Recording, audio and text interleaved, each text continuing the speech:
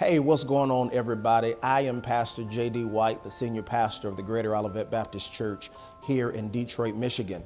This is the city of faith and the place where faith wins. I want to take this time to welcome you to the live broadcast where we believe that faith is just not a saying, but rather it is a lifestyle. I am of the opinion that we as believers in Christ, if we need anything, then what we need more of is faith in God. I want to encourage you. I want to let you know. I want to inform you. I want to announce to the world that not only will God do it, but God will do it for you. Do me a favor. Say to yourself, God will do it for me. Let's jump into the broadcast, and I'll see you at the end. Let us jump directly into the Word of God. We're going to be in the book of 2 Corinthians. All right, 2 Corinthians chapter number 12. 2 Corinthians chapter number 12. We should begin reading at verse number 7. 2 Corinthians chapter number 12, beginning at verse number 7. There you should find these words. And lest I should, is that right? Y'all type in the comment section, yes, that's right, that's right. And lest I should be exalted above measure by the abundance of the revelations, a thorn in the flesh was given to me, a messenger of Satan to buffet me, lest I be exalted, watch this now, above measure. Concerning this thing, here it is, I pleaded with the Lord 3 times that it might depart from me. He said to me, my grace is sufficient for you, for my strength is made perfect in weakness. Therefore, most gladly, I will rather boast in my infirmities, that the power of Christ may rest upon me. Therefore, I take pleasures in my infirmities, in reproaches, in needs, in persecutions, in distresses, for Christ's sake. For when I am weak, then I am strong. We're going to use for the sake of our sermon topic on today, the scandal of weakness. Everybody type in the comments section, the scandal of weakness, the scandal of weakness. It was on last week where we talked about the scandal of provision. Last week, we talked about how at the end of the day, God says, it is my responsibility, it is my delight, it is my pleasure, it is my call, it is my cause, it is on my desk to make sure that at the end of the day, I supply all of your needs. It was on last week where we dealt with this idea that there is a difference between God providing us with our needs and him granting us favor. Here it is, in that while him giving us our provisions are a part of his promise, they're a part of his responsibility. Us dwelling amongst his favor is a part of his choice. And unless we learn, church, how to handle the provisions of God, we don't stand a chance at being able to handle the favor of God.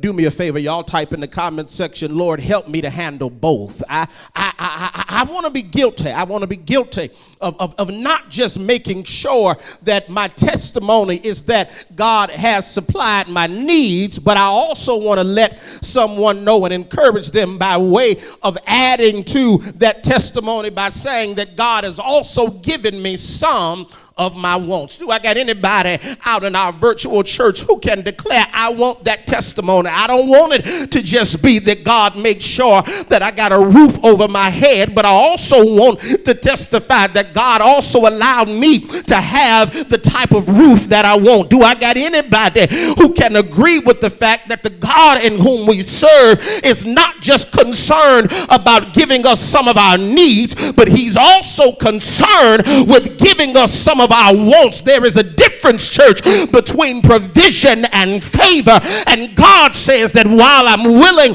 while it is my responsibility to supply all of your needs, I'm also willing to give you some favor as well. And so we've been dealing with this idea. We dealt with this idea last week on the scandal of provision, in that the mistake that most people tend to make is that they tend to think that us having it the way that we have it has something to do with us, when in actuality it has everything to do with God. Do me a favor, y'all type in the comments section, everything I have, all glory belongs to God. It all belongs to God. It all belongs to God. It all belongs to God. And so this scandal of provision is that at the end of the day, the promise that God makes us is that he will supply our needs. But he won't just give us any old type of needs. He says, I'm going to supply your needs, and I'm going to supply your needs according to my riches in glory. I believe it was on last Sunday where in that sermon I closed the sermonic presentation by asking this question: what is it that heaven is in lack of? There is nothing. There's nothing that heaven is in lack of. And so God says that if I'm going to supply your needs, I'm going to supply your needs in a grand way. If I'm going to supply your needs, I'm going to supply your needs in a way that demands attention, in a way that demands bright lights. I'm going to supply your needs, and I'm just not going to give you any old type, or I'm just not going to supply your needs in any old type of fashion, but rather I'm going to supply your needs so that at the end of the day, the only one that can get the testimony is me. We talked about on last week how at the end of the day, when we look at that text, God says, listen, I will mess around and I will supply your need, singular, because I can do one thing in your life that is able to change the trajectory of your life. Do I got anybody who's saying that is the type of blessing that I need from God? The type of blessing that I need from God is I need a blessing from God that is so big. I need a blessing from God that is so powerful, whereby it is able to change the trajectory of my life.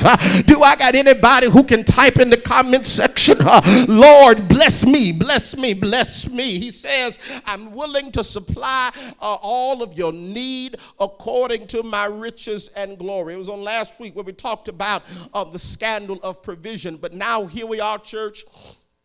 And on this week, we're dealing with this idea of the scandal of weakness. Once again, everybody type in the comment section, the scandal of weakness, the scandal of weakness, the scandal of weakness. Here is why the idea, church, of being weak coincides with this idea of scandal. Y'all remember, I believe it was in week number 1 where we gave the definition of scandal. At the end of the day, we talked about that by definition, the thing that subscribes to the thought of scandal or scandalous is something that outrages everybody else, regardless of whether or not there are any facts, right? And so if everybody is outraged by the act or the statement, it qualifies for scandal, regardless of its validity.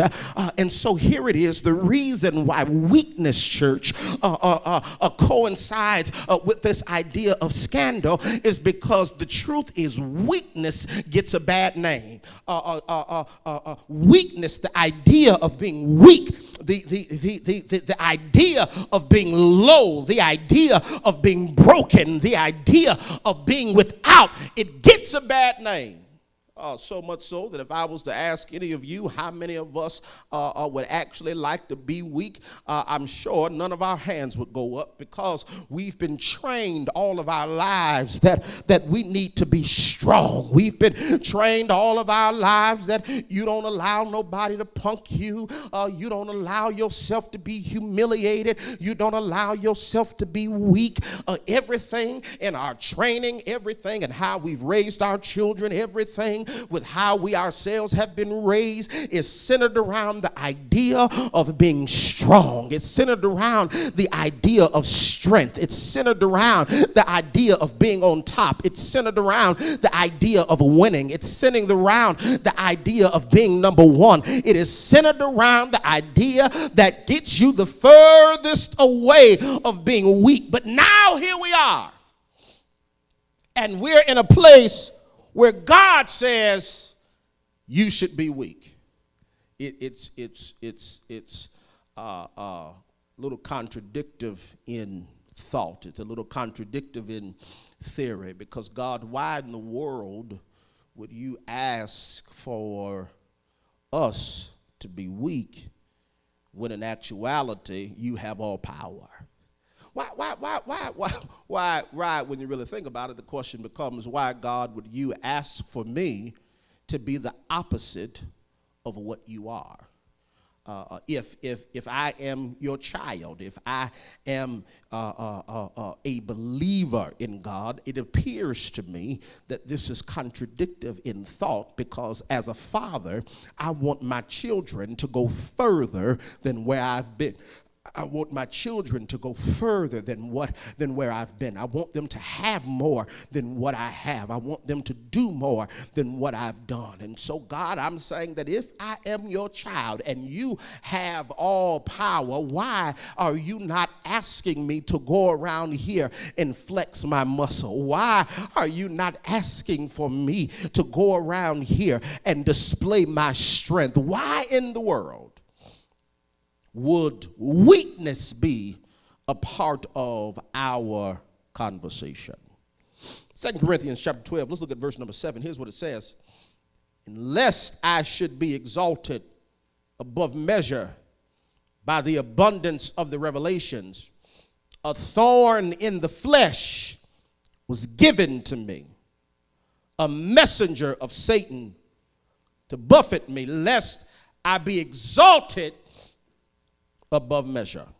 Concerning this thing, I pleaded with the Lord 3 times that it might depart from me.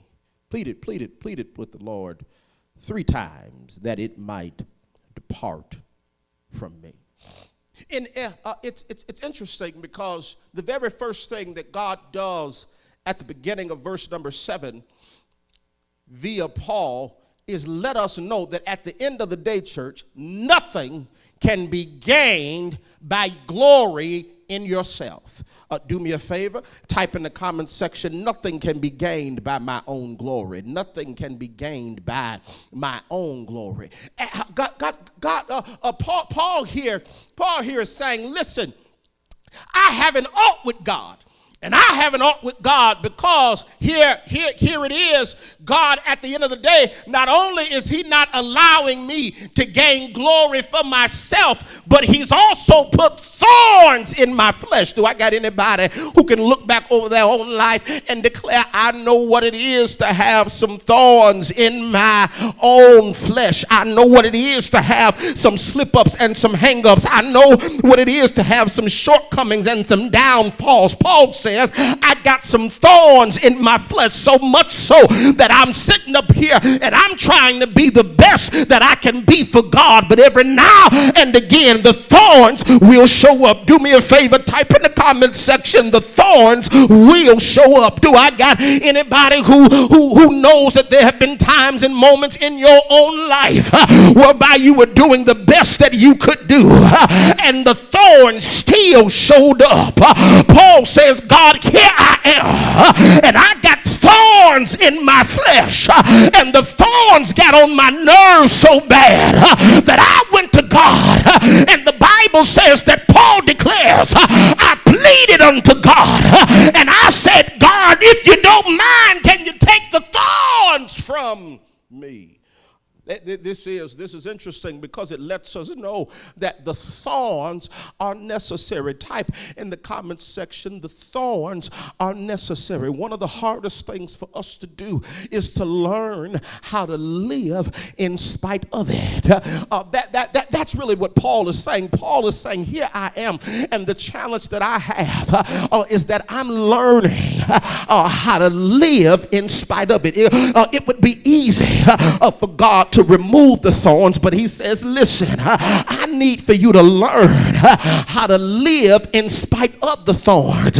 Do I got anybody who can declare, listen, I'm learning how to live in spite of. I mean, I've been broken, I've been battered and bruised, but I'm learning how to live in spite of. I ain't done everything right, I ain't done everything perfect, but I'm learning how to live in spite of. Yeah, there are some things that I should have done differently, but I'm learning how to live in spite of. Can I tell you, child of God, that while we are living in a generation and a day where everybody can remember what you used to do and what you used to be, while we're living in a time where no matter how much we preach and teach forgiveness, we are probably in one of the most unforgiving seasons that have ever existed. Why? People won't let you live anything down, while everybody will hold a grudge against you. Let me encourage you and tell you the task at hand is not necessarily to remember everything that happened, but God says, here is the challenge.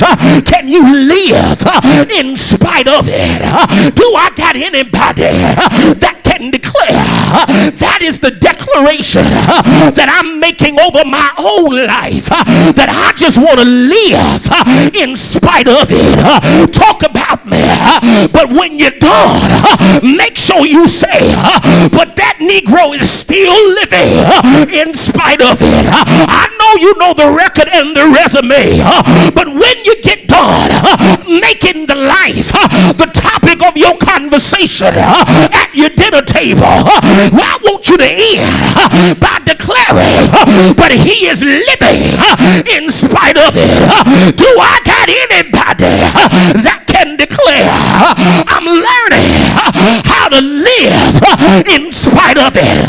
And not only am I learning, but I'm promising myself that even when I fall, because I got thorns in my flesh, I'm going to get up again. That's why the writer declared that the just man falls 7 times and gets back up again. Do I got anybody that can declare, doesn't matter how many times the thorns show up, I'm going to get back up again. Doesn't matter how many times I fall, I'm going to get back up again.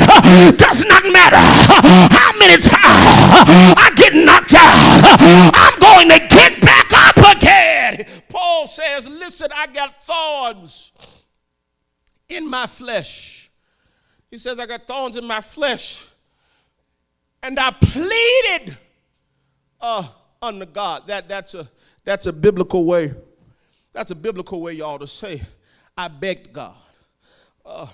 He says, I can imagine Paul's frustration here, because if I'm Paul, I'm saying, God, I'm Paul. Here, let's look at my life. Here it is. I was the one that even after your resurrection, I was on my way to crucify the Christians, and you blinded me, and I saw you, and I had an experience with you. I was hand chosen by you. I'm Paul. Here it is.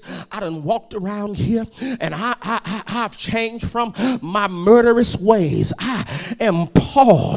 People don't cross me. People don't talk about me. I'm a bad boy. I'm Paul. I done wrote letters to churches everywhere. I done planted churches. I done served churches. My name is Paul. I am Paul. I am your apostle. I am your man of God. I am your servant. I am Paul. And now here I am, and I'm telling you that I need you to show up to the degree where I've taken all of my bravado and manhood and I've wrapped it up inside of this three-letter word called begging. I'm groveling at your feet and I'm saying, God, take these thorns away from me. And you tell me no. God, child of God, here is the question. What do you do when God meets your begging with silence? That is the situation that Paul is in. He says, I pleaded unto God 3 times. He says, I'm begging God. I'm begging God, and I'm not just begging God because or asking God to do something that He can't do. I'm begging God to do something that I know He has the power to do. You ever got frustrated because you asked somebody to do what it is you knew that they could do, and even though they said they might do it, they didn't do it as fast as you wanted them to do it, or you asked them to do it, and when they responded with an answer that was not to your liking, and you're wondering, you're like, listen, I know you ought to be able to do this with ease. I know that it isn't going to cost you anything, and they're still not responding the way that you want them to respond. That's the situation that Paul is in. Paul is saying, y'all, I'm not asking God to do something that He can't do. He says, I'm not asking God to do something that He is incapable of doing. I'm not inconveniencing God with my request. Paul, I would assume that Paul is scratching his head to a degree out of some frustration because he's saying, God, now, I'm not waking you up out of disturbance for you to answer my request because you said you never slumber nor sleep. He says, God, I'm not inconveniencing you by way of my request because you declared and told me that all I had to do was make my request known. I can't really disturb you. I thought I was powerful because you said that if I spoke a thing, right, you would make sure that whatever I spoke would come to life. And so now, God, here I am, and I'm asking for these thorns to be removed, and you're completely ignoring my request. That is one of the frustrations with thorns, because here is the truth of the matter. One of the frustrations that many of us have with thorns or scars is that many times we would much rather act as if these things had not happened, right? We would much rather act as if there was no residue of the things that we've gone through, when in actuality, God says, no, I need you to have a thorn and I need you to have some scars so that it serves as a testament of what I've been able to bring you through. That's my question. Do I got anybody out there that can testify that you have some thorns in your own life that serve as reminders of what the Lord has done for and in your life?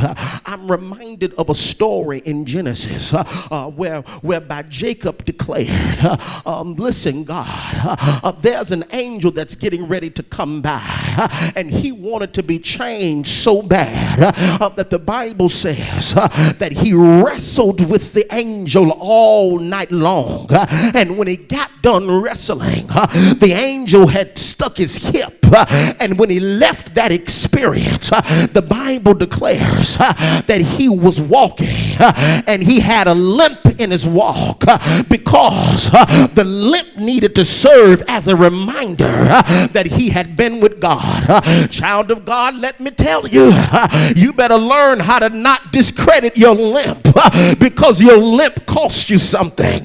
You ought to learn how to not discredit your thorns because your thorns had to cost you something, whereby even though it reminds you of the experience of pain, it also ought to serve as a reminder that this is the place where I cried, but this is also the place where God showed up. I got to hurry to my close, but do I got anybody that can declare I got some moments like that in my life where I'm not just reminded of the pain, where I'm just not reminded of the process, but I'm also reminded of the praise, because that is the place where God showed up. Yeah, it hurt like hell, but that was the place where God showed up. Child of God, type in the comment section. Don't discredit your thorns. Don't discredit your thorns. Don't discredit your thorns. Listen, I pray that you all have enjoyed this episode of Living Your Faith Every Day. On the screen, you're going to be able to find all of our information, our giving information. You'll be able to find how to connect with us, and you can catch us each and every week at this exact same time. Every Sunday, 9:30 a.m. Every Monday night, 7:30 p.m. We'll be right here, living our faith. I'm Pastor J.D. White. Thank you so much for tuning in. Be blessed.